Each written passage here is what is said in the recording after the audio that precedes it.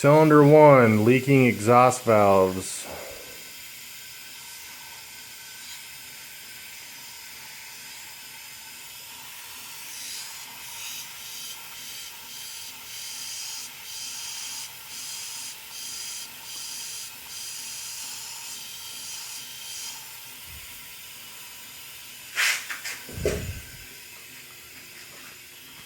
Intake valley holes line up in the rear, line up in the front, but on the sides way off.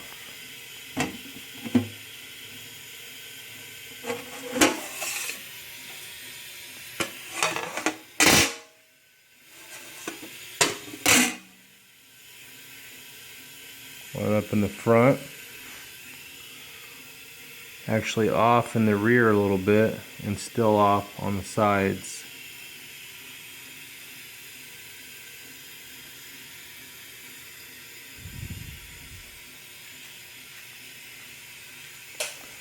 Valve train is off.